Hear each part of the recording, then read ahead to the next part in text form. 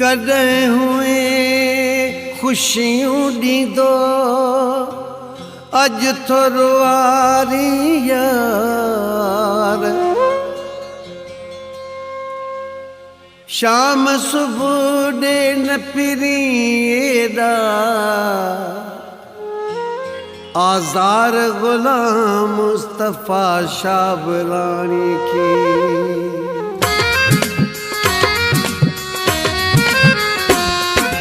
मूंखे ख़ुशियूं ॾियण वारा रुआरण बि सिखी वियो आहियां।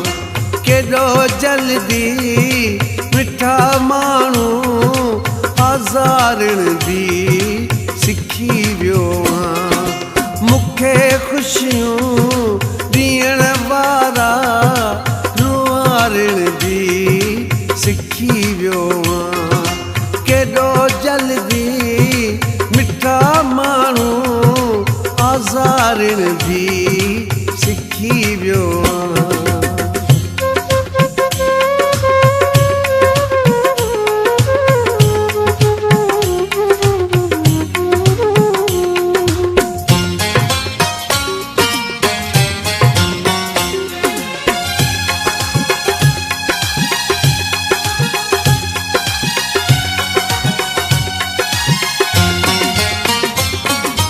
हुयो को वक्त सदे मूंखे विहारी थे पंहिंजी भर में।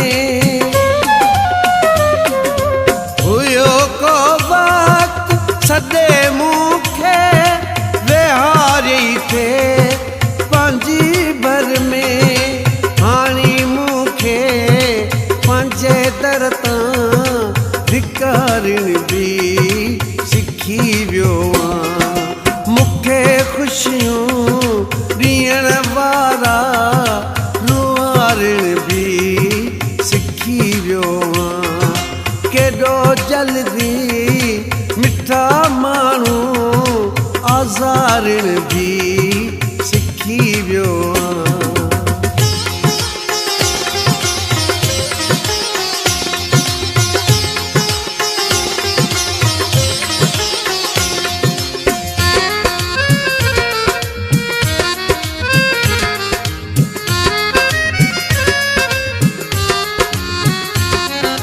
कॾहिं चवंदा हुए प्यारा परे तोखां सरे ई नथी।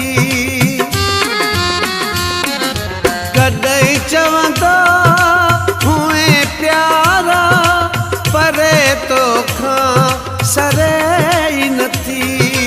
लॻे थो हाण जुदा जानी गुज़ारण बि सिखी वियो आहियां। मूंखे ख़ुशियूं ॾियण वारा रुआरण बि सिखी वियो आहियां। केॾो जल्दी मिठा माण्हू आज़ारण बि सिखी वियो आहियां।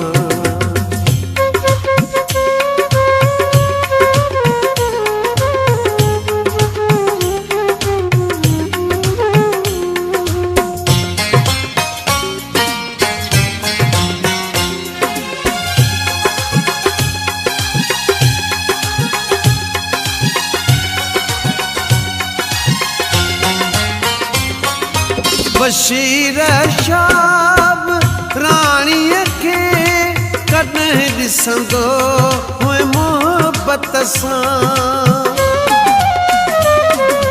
बशीर शाब राणीअ खे कॾहिं ॾिसंदो हुए मोहबत सां। मगर हाणे तूं नफ़रत सां निहारण बि सिखी वियो आहियां। मूंखे ख़ुशियूं ॾियण वारा रुआरण बि सिखी वियो आहियां। केॾो जल्दी मिठा माण्हू आज़ारण बि सिखी वियो आहियां। मूंखे ख़ुशियूं